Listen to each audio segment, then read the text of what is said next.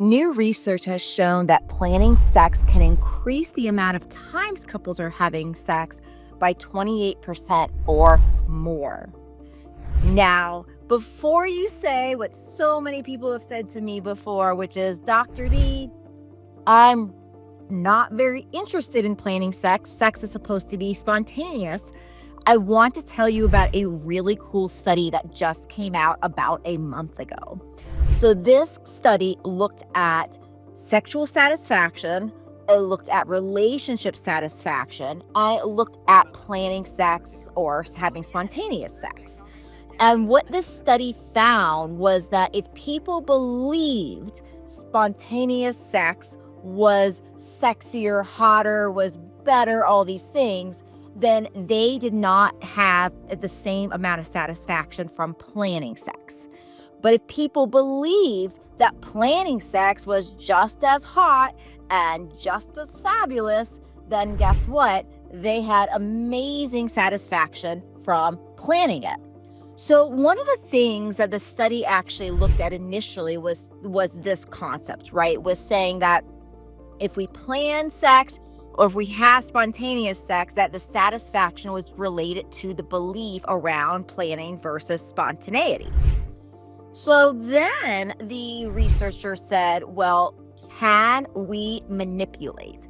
Can we manipulate people to actually change their beliefs? So it had one group in the study, and one group in the study was the study group. This group was the group that they fed research saying that people could have amazing sex if they planned it, and that research showed that it was possible. The other group was fed studies that said it really just depended. It was just a little bit more loosey-goosey, right? So it wasn't so definitive on the power of planning sex, and that planning sex can actually be incredibly satisfying. And so guess what they saw? The couples that had the first study or the first research paper where it was like telling them that planning sex was better, or not, planning sex was just as good essentially, then what those couples found is that sexual satisfaction went up, relationship satisfaction went up, sexual frequency went up, versus the control group where none of that happened. So to me, and the reason I wanted to make this video for you guys, this was a really cool study, and I wanted to bring this up because of exactly this. I hear so many people struggle with not having as much sex as they want, not having those intimate moments, and wanting more of that from their partner in their relationship. And what planning sex does is it allows it to be prioritized. When we prioritize, what we see in studies is we have more of it. So this is your call, because what we see in studies is that planning sex is only less satisfying if we believe it's less satisfying.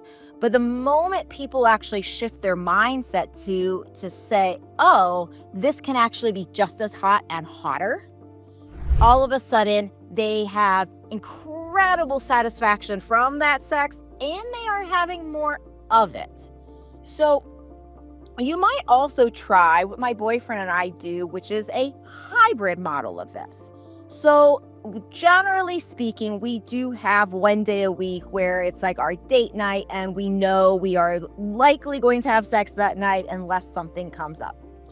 But besides that, and sometimes stuff does come up, but besides that, the way we communicate about this is like the rest of the week, there's no plan. It's like, who knows what's going to happen? Life is busy, life is chaotic.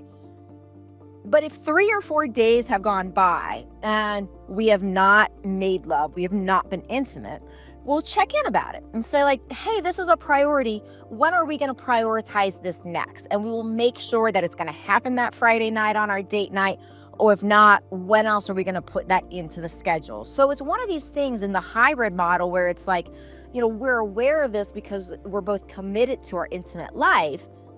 And what I have found is it kind of allows for a little bit of both. If everything is on track and you're connecting intimately and regularly, and that's going great, then yes, of course, there's no need for it. But if you also combine that with just the awareness of like, well, maybe if we haven't, been having sex lately, or maybe if a few days or whatever it is for you that's out of the norm has happened, has gone by, then at that point, maybe that's time to schedule to say, oh, this is a priority. This is so much of a priority that we are going to do this. So I hope this has been helpful for you. I'm going to put a link. I just love this study so much. So I'm going to put a link to this in the show notes for you as well.